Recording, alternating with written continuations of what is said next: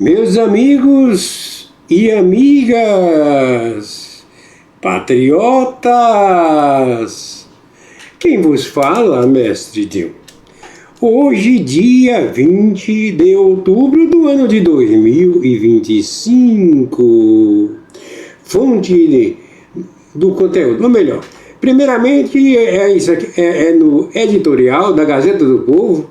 O título, Moraes segue acumulando abusos em processo contra Felipe Martins.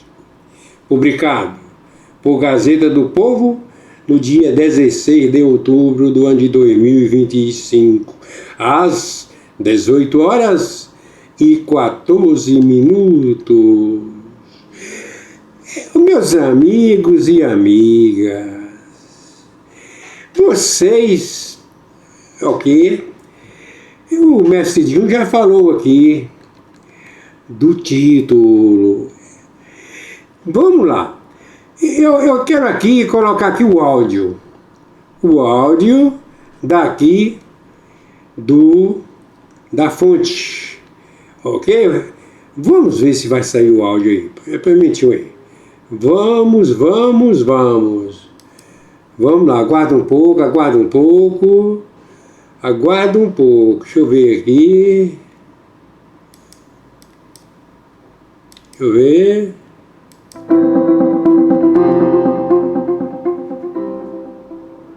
Moraes segue acumulando abusos em processo contra Felipe Martins. É o título do editorial de hoje, da Gazeta do Povo.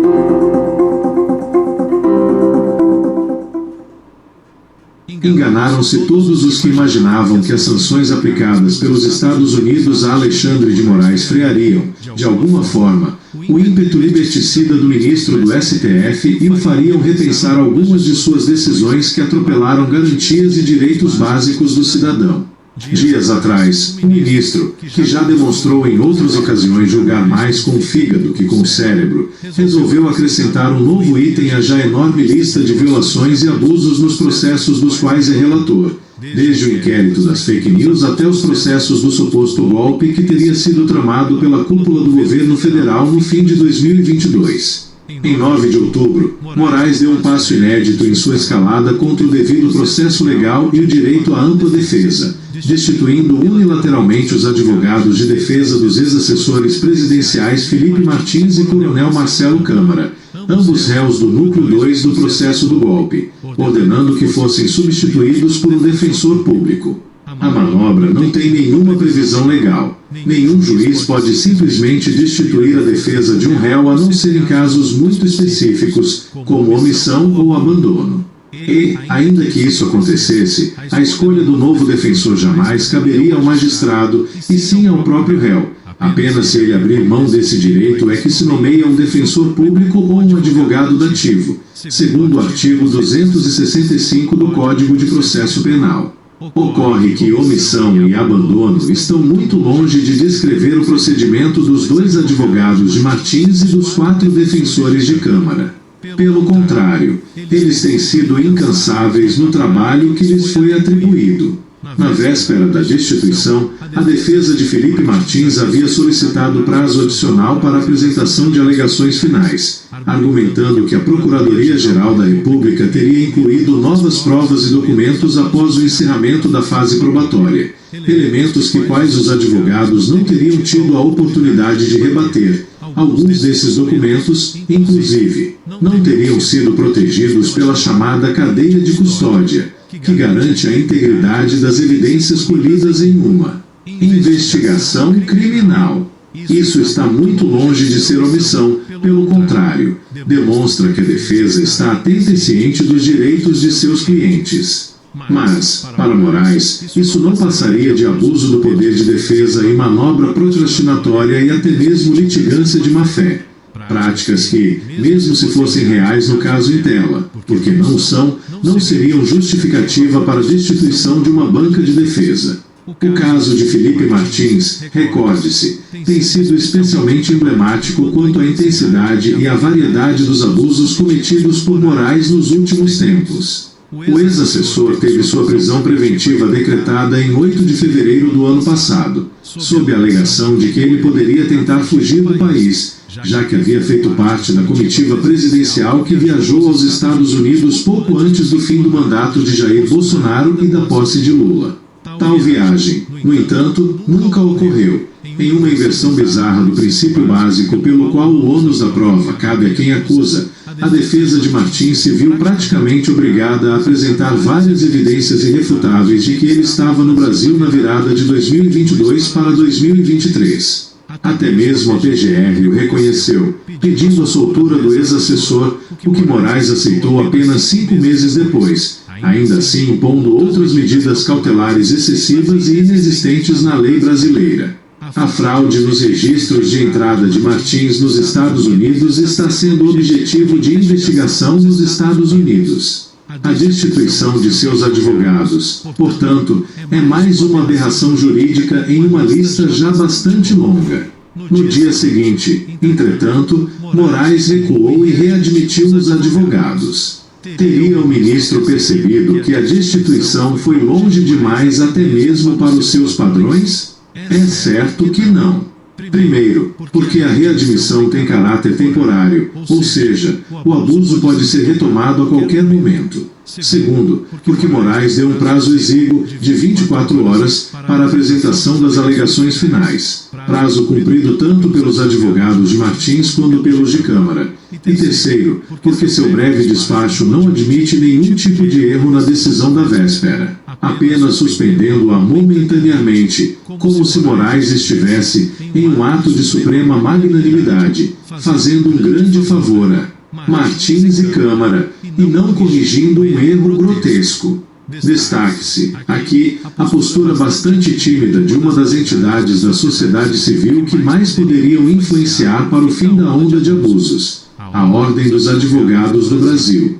Um dos advogados de Martins, Jeffrey Chiquini, afirma que o presidente do Conselho Federal da OAB, Beto Simonetti, agiu nos bastidores junto a Moraes para conseguir a readmissão dos advogados de Martins e Câmara. Louvável, certamente, mas insuficiente.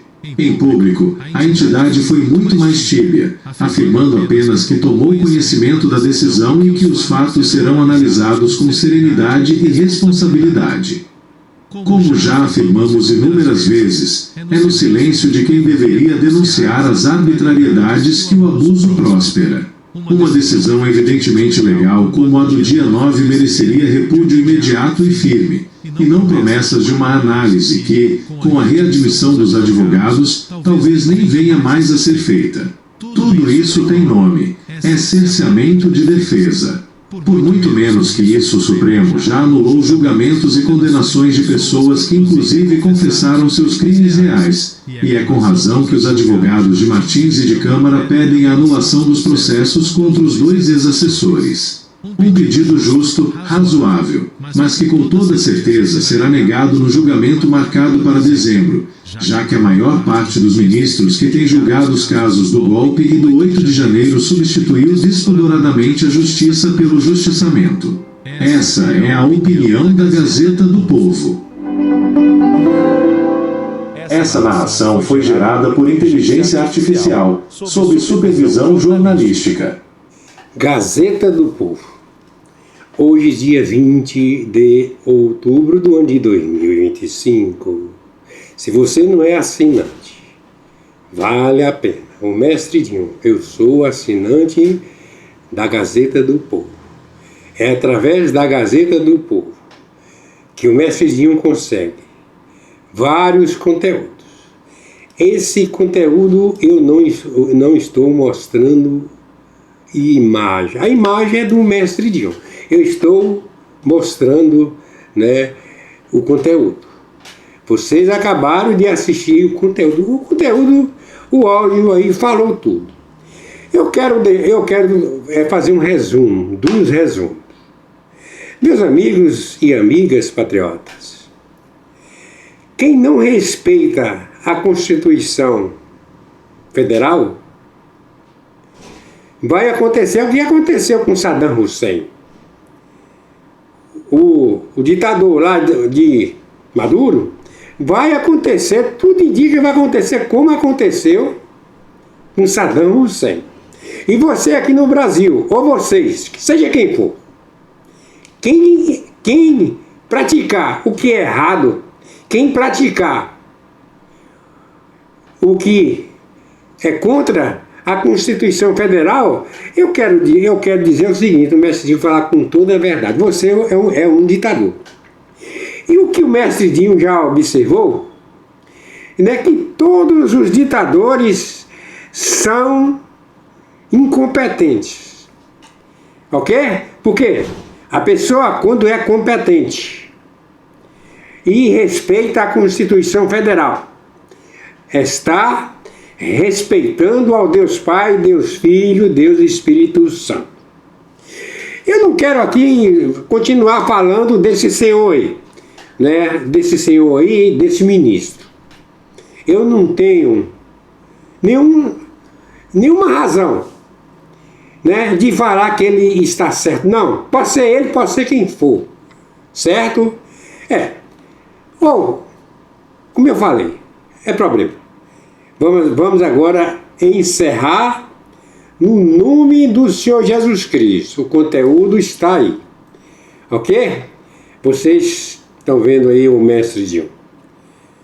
O conteúdo o importante do conteúdo é o áudio, certo?